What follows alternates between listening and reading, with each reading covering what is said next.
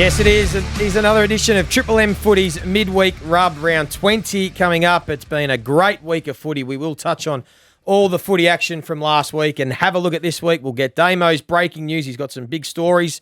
The Daisy duck dive. Plenty going on, but as I look around the room, I see the three gentlemen to my left as always. Daisy Thomas, Damien Barrett, and hello to you, Duck. And we always like to look at your appearance normally tells a story when we first come in here. If you've got the shirt unbuttoned and the cologne and the dress shoes, we know you've got a business meeting, as you call it. Sometimes you've got the Nike gear. Today you just look a little bit jaded. Are you okay? You look a bit flat. And it's not what you think. It's not. I haven't been out or done anything. Nothing like that. I took the younger kids to Marysville, which is Lake Mountain. You know, the snow. And I tell you what, don't do it. Don't do it. Don't do it. It was an absolute nightmare. I've only just got back. And I'm not, when I say got back, we left at 8 a.m. this morning. You've got to stop for breakfast to come back. You know, all get out and pile out and have breakfast. As soon as I got home, unpacked the car and said, I've got to go to work. Just to get a break. It was crazy. Not only crazy, what about the old hip pocket?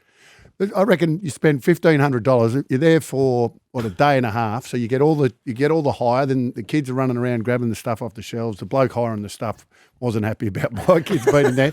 So you get all that. Then you get to the top of the mountain. You think, okay, there's one way to get a little bit of respite.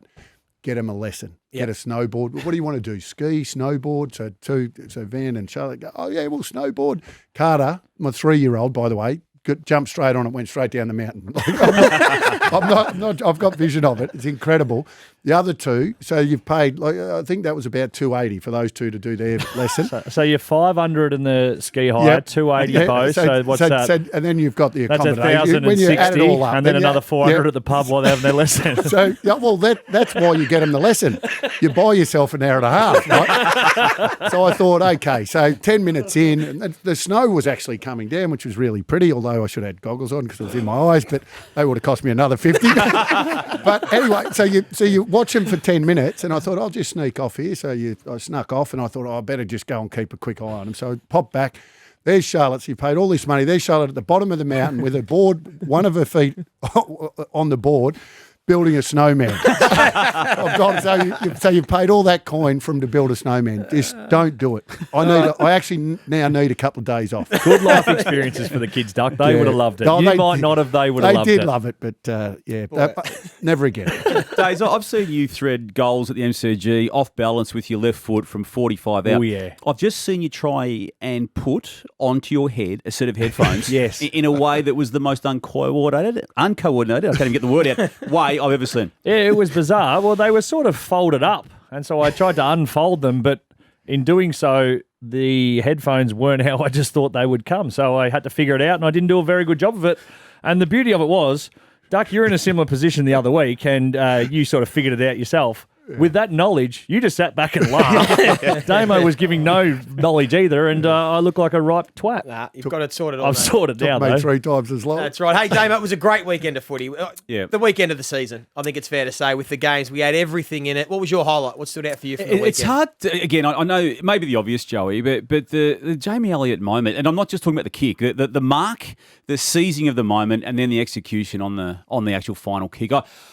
I know we've talked about it a lot, but in the history of one of the great footy clubs in this country, not just AFL, but in all sports, it's going to be right up there when people reflect on that day and what it may mean for the rest of the year too. I think Collingwood are a part of 2 of the most perfect end-to-end plays we've seen for quite some time. The grand final in 2018. On the wrong end of it. On the wrong end of it. And then on the right. Everything had to go perfect for them to get that goal. Yep. And like in 2018, everything had to go perfect for How West was Coast. the finish, not only the finish though, the celebration or lack thereof, just the turn, the man, the moment, just embraced it and then just turned to the crowd and just said, this is what I'm built for. I love that stuff. Good. What about you? What was the highlight for you, Dees? Probably watching young Jamarra Ugle-Hagan come of age. It was a cracking game of footy. I thought the Dees were going to do it quite comfortably at times. They looked like they were going to do it quite comfortably, but Jamarra was simply outstanding. And the pleasing thing was, in the first half of the game, he wasn't getting so much the stats. He wasn't getting the marks. He was just providing a good target,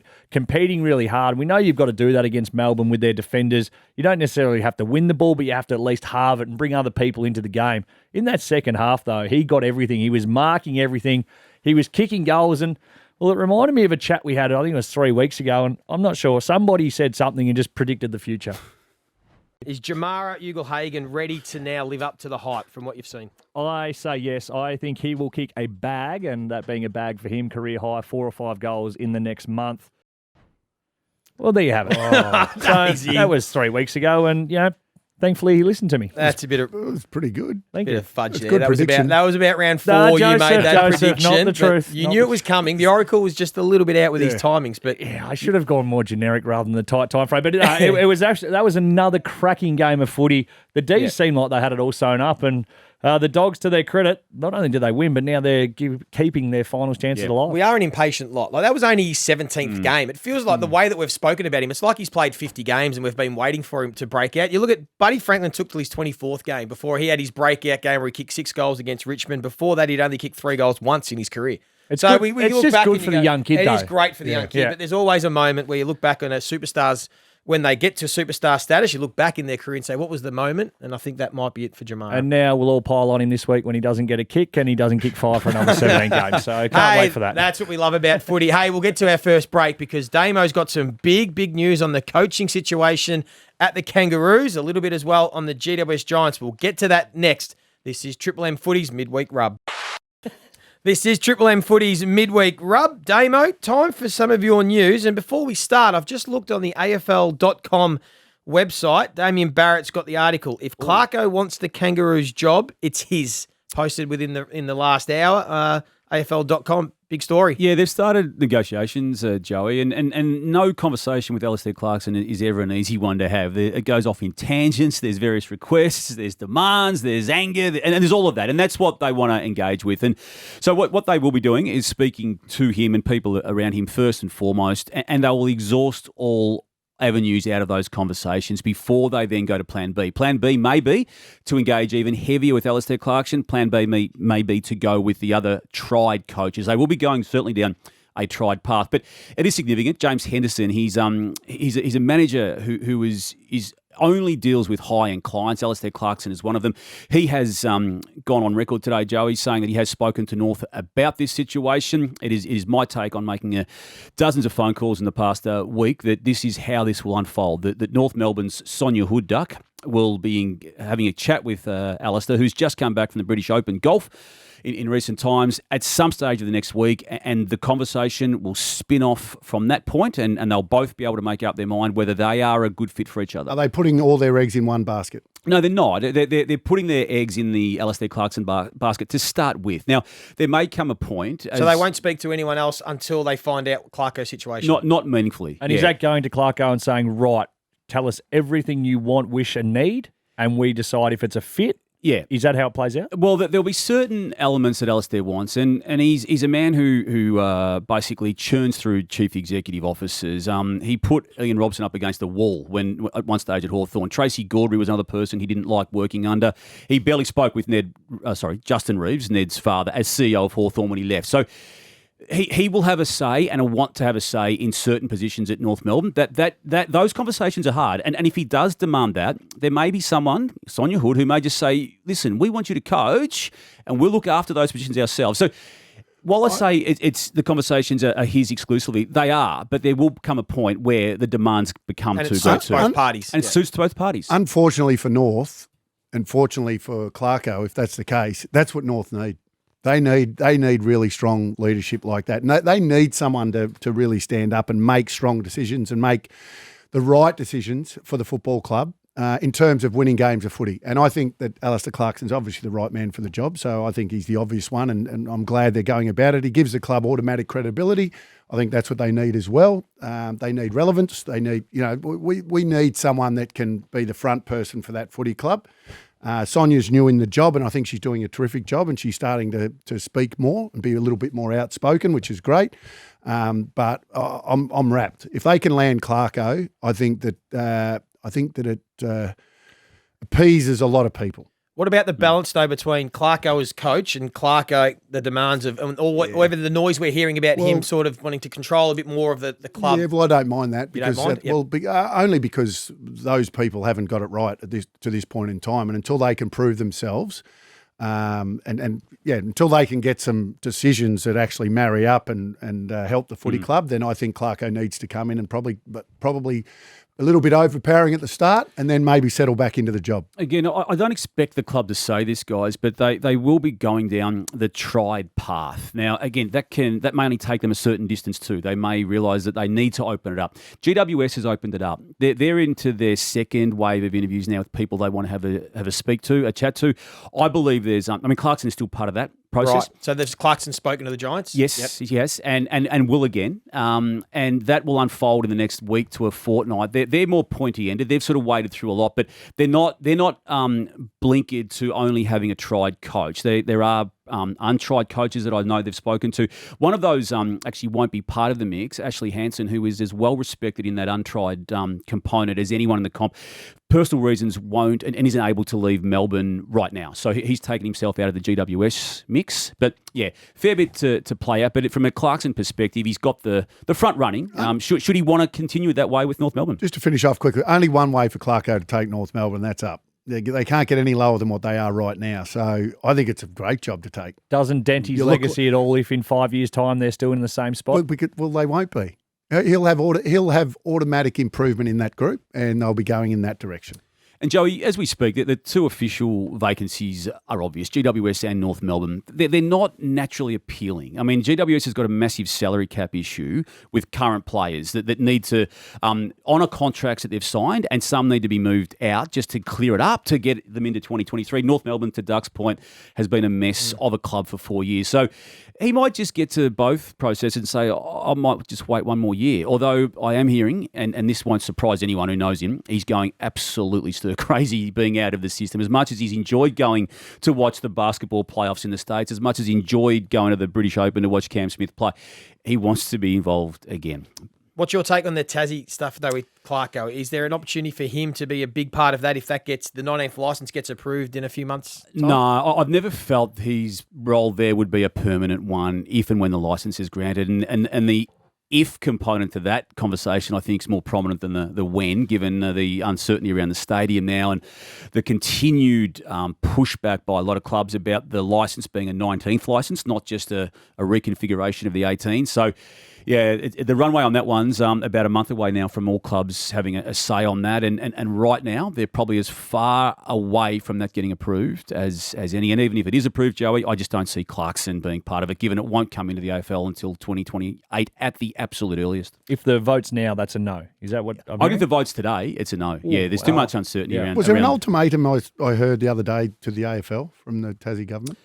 Ultimatum might be a variation or a definition that was out there. The whole nub of the argument, Duck, as you well know, is the stadium and the financial commitment to the stadium. But didn't they say we're pulling that if we don't get a decision in the next whatever it is? Look, when these things get pointy-ended, and they are getting really pointy-ended now, these types of issues become very, very big. And right now, that is the biggest problem Tassie's got. Hey, moving on, Damo, just some news on Dyson Heppell, the contract situation there. Yeah, it's a strange one. Look, his form has been okay. I'll get you guys to talk about that. But he's stayed with Essendon throughout the entire problems they've had, and he's been well immersed to do so beyond the drug saga. There's an offer to him to play in 2023 as a bomber, but it's not, from what I've been told, to his near liking. And what we have now established is other interests from other clubs. So as we speak, with 4 games to go of this season, there's a chance, and I'd say it's a 50-50 chance that he will be exploring options outside of Essendon, unless they improve the offer. Now, you guys might say, well, that's the way business is done. Quality guy. Yep. I think he's a quality player. I still think he's in their best 22. I know others don't. If I was North Melbourne, he'd be one I'd go and get purely because of the person and the leadership that he'd bring to that footy club. I think he'd be a great get. And I know that they were thinking about, or was bandied about, a Luke Hodge-style type player, and were they out there? Well, I think he sort of half fits that bill for someone like North Melbourne. So if I was North, I'd be talking to him as well. Interesting if it's purely coming down to dollars and cents. Like, he's been, as you say, through a lot there. And obviously there needs to be a little bit of understanding that as you get older and you are becoming 18th to 22nd best player, that you probably don't command the money that you once did. Obviously a fantastic leader of that footy club, but I wouldn't see him leaving purely on the basis of cash. No, but it might be if he wants to extend his career and try and get out 2 or 3 more years. Essendon might be, small money 1 year. It does become a situation where you do turn 30, and it sort of happened to us where you start going, okay, well, clubs are now, we're not going to give you a lot of money and a lot of contract because we've got others we need to pay, and it's up to the player whether he wants to stay at the one club, be a loyal and maybe know that he's a fringe player or, opportunities to go elsewhere and extend his career. You can do 1-by-1s, and we see this a lot now with blokes around 30 that get it out for 2, 3, 4 years as well. So it's not the end of the world getting offered a 1-year contract. Just lastly, Damo, Josh Kennedy, Sydney Swans. We saw he had a terrific game in the VFL. We know he's talking about quality leaders and quality players. Is there an opportunity for him at the Sydney Swans come finals time? I get the feeling, and I keep getting told by people who are closer to it than me, that he will get a run, and it could be as early as this week in the crosstown rival clash against GWS. It's an interesting dynamic, isn't it? Having someone of that calibre, that nature, that character coming back into a club that has asserted itself very, very clearly and authoritatively to this point of the season. I love what the kids have been doing, but if Josh Kennedy can just come back in and play a role that could just be a little X factor on whatever lies ahead. Now, I thought he was gone when he pinged his hamstring. I really did. But he's put the body of work in. And Doug, I just wanted to raise this one today from your perspective. You were at the North Melbourne club when his coach, John Longmire, had a similar situation. Was in the last stages of his football life. He'd had a great career. Injuries had got him. 99 season. His last game was the 99 grand final. There'd been debate. Does he play? Does he not play? I know the players like you had gone to the coach and said he has to play. I know Jason McCartney made it easy in the end when he suspended himself with that knock on out of the prelim final. But ultimately, people power, player power got him into that team that day. And I reckon that's in the back of his mind as he's working out what to do with Josh. Oh, I don't know about that. I can't think for horse. But what I do know is I agree with you, Joey. And I think that I think the versatility that they have in the middle of the ground. So you've got Mills and all these sorts of guys. They can play anywhere. He can go back to halfback if need be for a little bit to allow Kennedy a little bit of time in the middle of the ground, whether it be the sub. I think he plays himself into the team. And I think, like we've spoken off air, in finals when it's tight and it's tough and their skills, people they don't muck around with the footy anymore. They go more direct. It's contest.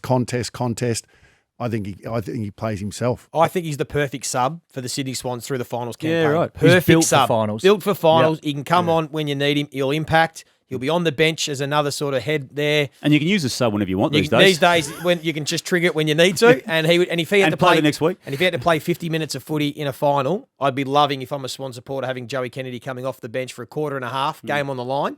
I think it's a perfect role for him. Absolutely. Head in the hole. We know what he's done in finals past, and he's the perfect. Finals footy suits him like no other. Stood up in that 2016 grand final, didn't he? They lost to the Bulldogs, but not through his doing. Best man on the ground at halftime by the proverbial mile. He's been an amazing finals player. So if he's got one more tilt in him, boy, that's just a nice little X factor for the Sydney Swans. Hey, we'll take a break. Up next, we'll have a look at the Daisy Duck Dive Quick Five.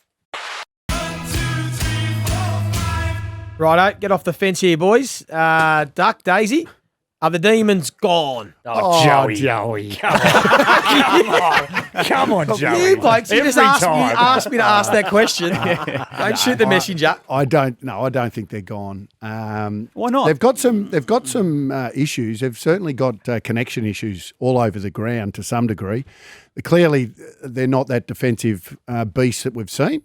The first 10 rounds, and then obviously for the second half of last year and then through the final. So they've got a few little issues there. Their forward line for me is their biggest issue. We know that they can score from centre clearances, which they did 6 times last week. But I just think that connection, they haven't got that quite. I think Tom McDonald is a big missing link.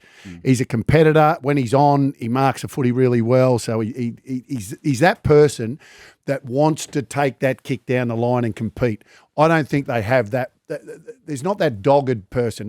Brown and Wiedering and these guys don't go down the line and really want to compete, I think, like Tom McDonald does. So I think they're missing that. But I still think they can win it. I'll ask you this, Daisy. I've seen the last day or so, they've had their meetings and they think it comes down to their ruthlessness. Is ruthlessness enough for them to get them that mojo back to win the flag? Yeah. Or was it more than that? Look, I'm slightly alert but not alarmed just yet. I've been a big believer in them and what they've been doing. They should have won that game on the weekend. They had their opportunities 3 times to put the Dogs away and weren't good enough to do it. And that then becomes slightly concerning coming into finals. The Dogs, we know, where they're sitting on the ladder and aren't really a top-end team as it speaks now, and their form indicates that over the last month. The good news for the Dees is if you have a look at their draw, Freo, Pies, Blues and Lions, when they're coming into finals, we're going to know exactly how well they're going. They need to tighten the screws, and if they can win 3 of them, if they win 4 of those, they'll be back to their very best come finals time. And I think that's what you need. You want to be coming into finals, challenging yourself against the very best, rather than getting some fluffy little wins where some of the deficiencies in your games can get swept under the carpet a little bit. There's nowhere to hide when you play the best sides and you find out exactly where your game is. Even Wiedemann might be the one that goes down the line. Yeah, they haven't drafted Wiedering across just yet. I don't think they're gone because I don't think there's a clear number 2 seed. I think besides Geelong, I think Melbourne are in the same. They're as good as any other teams below Geelong. So someone has to play Geelong, in my head, in the grand final. So it can still be Melbourne. Need absolutely. to see more from Melbourne, though, in the coming couple of weeks, though. So who's better than Melbourne at the moment? So who's your number 2? Next question then. Who's your number 2 seed right now? Who's the second best team if we all agree Geelong's the best at the moment? I'm still saying Melbourne for that point, but I think come the end of the year, if it plays out the way we think it does, and if Melbourne maybe drop 1 or 2 of these games with Sydney's draw, I could see them being the clear second seed coming to the first week of finals. I think Brisbane is still right up there. For me, it's just hit and miss, that forward line. If that forward line clicks on any given day... That's a great frustration, though. There's so much talent. You look at it on paper and go, how are you not winning by 5, 6, 7, 8 goals every week? That's why I think they're the sleeping giant that we're not talking about as much anymore. I still think Brisbane have the personnel. They haven't put it together, that forward line, but I still think they're capable. That's why I think top 4 is going to be hugely important in who finishes top 4, because I think whoever gets a home prelim is in the box seat. If Brisbane get a home prelim or Fremantle, you probably think they're in great shape. If Melbourne are playing at the MCG against maybe a Fremantle or Brisbane, you would think Melbourne. Swans. So I think Swans if they get a home top 2, top 4 spot home final, I think it's going to play Geelong at GMHBA. Well, is that not this year? No, not not because of the definitely not. renovations. Because, yeah. So no matter who the configuration will be, opponent-wise, Next question. Richmond, talking about finals. If they miss the 8 and the Western Bulldogs end up finishing 8th spot, does it affect or should it affect what the decisions are both from the club and from the players? We're talking about their ageing superstars. So Edwards, Cotchin, Good question, Rewalt, Joey. potentially Dustin Martin. Does the result of this year, where they finish, impact on those decisions? It shouldn't. It shouldn't? No, it shouldn't. No. Well, either way, they're going to fall in or fall out. So it shouldn't affect that whatsoever. The only thing that it does do is if they play finals, it gives those guys an opportunity to show why they've been such a super individual and team player. If they do miss, it'll be 2 years in a row of ordinary performance by Richmond's standards. Yeah, and then to Joey's point about the question, what does that do for those decision makers? Yeah, and the other part of that too, and we're raving about Collingwood and where they sit because of the close, they've muffed a lot of games this year, Richmond. So, you've got to take that into account as well. Well, they've muffed the last 3 in a row, which would see them comfortably in the 8, but that's what we're dealing with. If they don't make it, I don't think it should affect it, but I've no doubt there's a subconscious and the questions start getting asked a bit more directly as to what's going on. As you say, we've missed finals for a couple of years now. We were the best team in the comp. Why are we sliding this way? Are you blokes too old? Which, if you make finals and you do play well, that probably gets put to the side for at least another 12 months. Joey, wouldn't the club know now? Surely they would know now what way they're thinking in terms of all of those players. Not Dusty, obviously, but... I think right now, Richard, it would be confusing for Richmond because they could potentially be a team sitting 4th or 5th on the ladder if some luck and some little things went their way and you go, well, we're challenging for a flag, we're all in. But then at the same time, if they miss out for finals and end up somehow and you go, well, it's 2 years in a row, we don't have the ability to win anymore, maybe it's time to regenerate. And I think it's a really tricky situation right now with where their football's at because you can base it on results or you can base it on their majority of their performance, which is still very, very strong. They'll make at least one tough call, you'd think, because they made a tough one last year on Bashahula, didn't they? He wanted to go on and then accepted it in the end and rightfully accepted it. But they're going to have to make at least one, and it could be 3. I think you stagger it. I think the best way to do it is just stagger your champions. So you work out which ones have maybe got more years in them. Is it the former captain? Trent Cotchin. Do you keep Trent Cotchin in hopes that you keep Dusty as well? Obviously, very, very close together. If Trent Cotchin gets rissoled, is there then another reason for Dusty to go, hey, maybe this isn't as family and loving and as tight-knit as I once thought? Interesting Plenty thought. to play out. You didn't answer that question, Joe. No, I didn't. Is it Trent Conchett? He doesn't want to shoot Is it Bambi. Trent Don't shoot Cotchin? Bambi. Maybe Shane Edwards, I think. Playing His games time's up. 300 300. I think he Outstanding effort, by the way. Yeah. would be the first. I'd keep playing the others. I'd give them one more year. They don't have to be in the best 22. Cochin doesn't have to play every game. I'd give him one more year. Last one about Matt Crouch. Speaking of players in their last years, it's been said in just today that Matt Crouch won't be offered another contract at the Adelaide Crows. Does he find a home somewhere else? And if so, do you have any ideas which team would be a good fit for Matt Crouch? I say he finds another home. Yeah, so do I. He's good enough to play. In terms of where, he's a midfielder. He gets a stack of the footy, doesn't really defend. There's a heap of them going around. What's he not doing? Is that what he's not doing? Is it just all about his defence? He gets too many junk possessions, I think, is the word coming out of the Crows. He goes and accumulates across halfback, Plenty of people do that. Doesn't really take territory, doesn't get a whole lot of bang for buck with his possession. So it's short to get it back and then short rather than doing in 3 possessions what you could do in 1. Best and fairest win a duck in a team that made a grand final. Yeah. Apparently in filthy too, 2017. I know Damo. that's a while ago, but Apparently really filthy that it's come out this early that he's not being playing. offered anything. yeah. Well, he would have had an inkling of it, more than an inkling, given he's been dropped 3 times, wouldn't he? But even just to the point of there's no discussion, you can stay if you want for a base contract, just not, we've genuinely resold you, we don't want you. That's a pretty stark revelation considering all the things you just said. A club champion at the footy club, given some really good service. As a person of pride, it's a fair slap in the face this far out from There the would end be of the interest. season. Kick in the guts. Yeah. There'd be interest from other clubs. He'll find another No home, question. I've no doubt about that. Very good. Hey, up next, we'll have a look at the weekend's action. Plenty of big games again, particularly Friday night, Fremantle, Melbourne, and we'll just have a look at our tips last week. That is all still to come on Triple M Footy's Midweek Rub.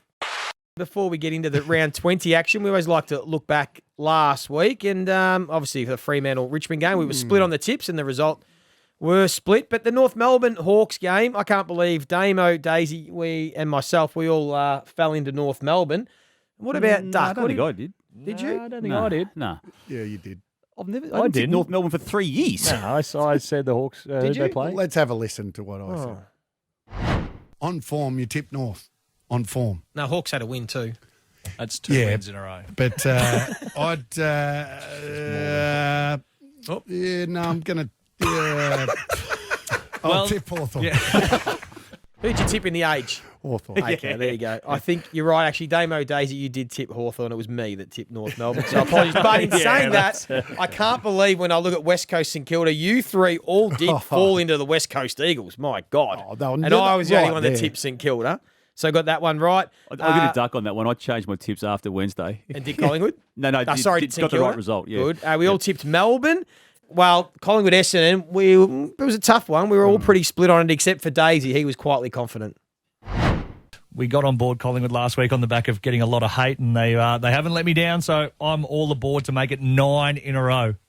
Never in doubt that was, Joey. Never. That is the most comfortable watch of a football game I've ever had. Packet of chips, beer and Skittles, just sat back and went, how easy is this? Never in doubt. Well, let's see if they can do it this week because they've got Port Adelaide at the MCG. Surely, and the Pies supporters will hate this, but surely their bubble's got to burst at some stage, Daisy. Well, if they keep giving the opportunities for teams to beat them, somebody will come along and smack you between the face and run away with a game. They're good enough at the moment to beat the sides who aren't travelling that well and have been in close games. Port Adelaide, if they give a sniff, I think could beat them, but I won't be tipping against the Pies. I'm all aboard. I'm going to give Collingwood fans and do them a favour. I'm tipping Port because every time I've tipped against Collingwood, they've won. So I'm going to go with Port Adelaide. I reckon Port's got one last hurrah in it, and I reckon it's this week. I'm with So you. Port. I think Port Adelaide. If Port Adelaide had played anyone else except Geelong on Saturday night, they probably would have won. They played really good footy. They just came up against the Cats. Something that's got to give for the Collingwood Army. They can't do it again, surely. Why do you Daisy. hate Collingwood so much? We've all seen the vision on Triple M Footy. This week it was Nathan Brown who apparently wasn't happy he when the hates siren them went. too. Everyone hates it. Everyone at Triple M hates Collingwood. Well, that's He going was to be good. motionless, Brownie. He couldn't get excited. Well, this for is that. but this is what people don't understand. Unless no one shows the vision of the commentators usually. So What are you meant to do what when you're not What calling? do you want Brownie to be doing when he doesn't actually be fulfilling his role? He just has to sit back and wait. I think also too, we revealed this to our listeners, the memo that went around about everyone staying silent at that moment. I think he was just being the team Well, player. Duck obviously didn't read that because he was ready to pile right in. Actually, I'll tip Collingwood. I think Yeah, Collingwood will win. atta boy. Go the Pies. Atta Pies. You're Hey, going for both now. what about Fremantle-Melbourne Friday night? Ooh. That is a big game. That is a big, big game. We've spoken about Melbourne out of form. Fremantle probably blew a chance against Richmond. How do we see this going? Oh, I've got concerns about that forward line. So I'm going to tip Freo. Both forward lines? Yeah, but I'm going to tip Freo. He's lobbed back. Sorry. He Should be. Should be as we That's speak. that was a massive out last Yeah, week. well, I didn't jump into that conversation before about Melbourne. I am concerned with only 3 wins out of the last 8, and I feel that Fremantle will get them and make that only 3 out of 9. So I'm going for the Dockers. I'll be tipping the Dees. I think this is their statement game where they try and steady the ship and get it going against, again, really good opposition. It's in Feels Fremantle, isn't it? It's in Fremantle. Well, not Fremantle, Perth. Yep. Perth. Feels like the D's have done that little circle up meeting on Monday where they've looked each other in the eye and said, right, time to flex our muscles. Let's get ruthless. Let's get nasty again. So I think they Old-fashioned might locking, I think it was, maybe Joey. get Was the it? spike. No.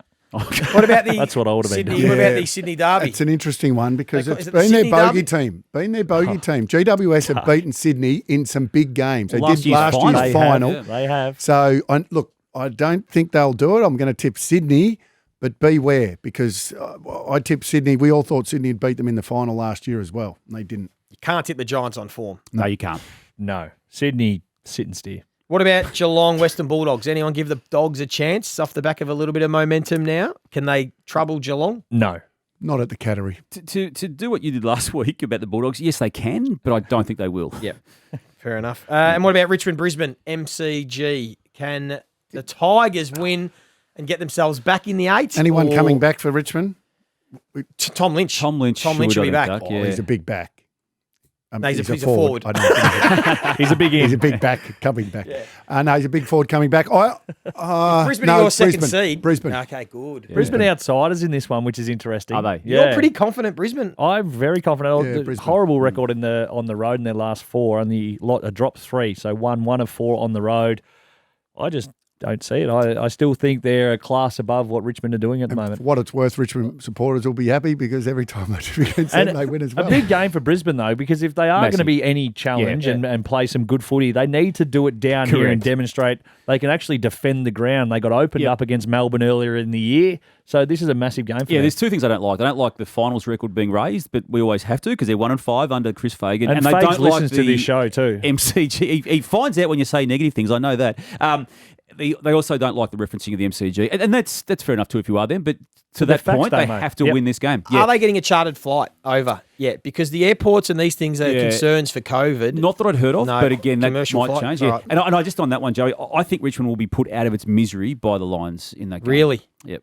I don't like taking results into calculation. I think Richmond's form and football has been very, very good. I think Richmond at the MCG get the job done. Okay. Particularly if it's wet. They're a very good wet weather team. I think they can get it done. But again, who knows? We don't really know. No one holds it against us. They're just I opinions. think They're just- Richmond could win or Brisbane could win. No, I've just said Richmond. I'm sticking with Richmond this week.